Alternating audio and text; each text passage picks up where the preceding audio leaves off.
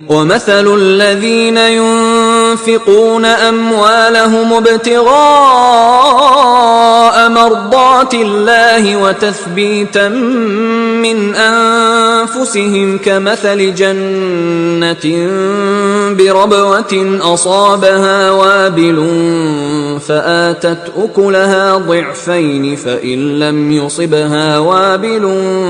فَطَلٌّ واللہ بما تعملون بصیر۔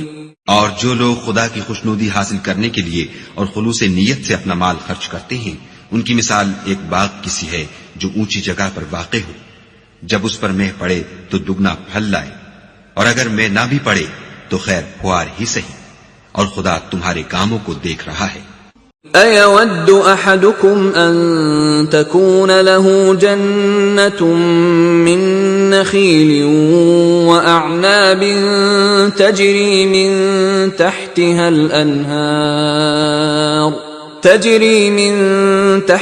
الْأَنْهَارُ لَهُ فِيهَا مِن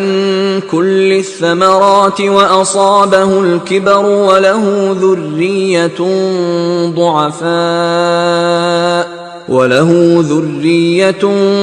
ضُعَفَاءُ فَأَصَابَهَا إِعْصَارٌ فِيهِ نَارٌ فَاحْتَرَقَتْ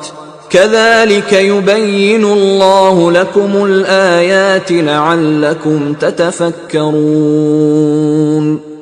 بھلا تم میں کوئی یہ چاہتا ہے کہ اس کا کھجوروں اور انگوروں کا باغ ہو جس میں نہریں بہ رہی ہوں اور اس میں اس کے لیے ہر قسم کے میوے موجود ہوں اور اسے بڑھاپا آ پکڑے اور اس کے ننھے ننھے بچے بھی ہوں، تو ناگہاں اس باغ پر آگ کا بھرا ہوا بگولا چلے اور وہ جل کر راکھ کا ڈھیر ہو جائے۔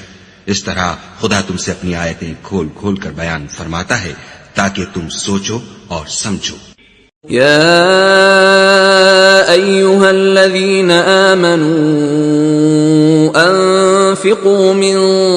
طيبات ما كسبتم ومما أخرجنا لكم من الأرض ولا تيمموا الخبيث منه تنفقون ولستم بآخذيه إلا أن تغمضوا فيه واعلموا أن الله غني حميد۔ مومنو، جو پاکیزہ اور عمدہ مال تم کماتے ہو اور جو چیزیں ہم تمہارے لیے زمین سے نکالتے ہیں ان میں سے راہ خدا میں خرچ کرو، اور بری اور ناپاک چیزیں دینے کا قصد نہ کرنا کہ اگر وہ چیزیں تمہیں دی جائیں تو بجز اس کے کہ لیتے وقت آنکھیں بند کر لو، ان کو کبھی نہ لو، اور جان رکھو کہ خدا بے پرواہ اور قابل ستائش ہے۔ الشیطان یعدکم الفقر ویأمرکم بالفحشاء واللہ یعدکم مغفرة منہ وفضلا واللہ واسع علیم۔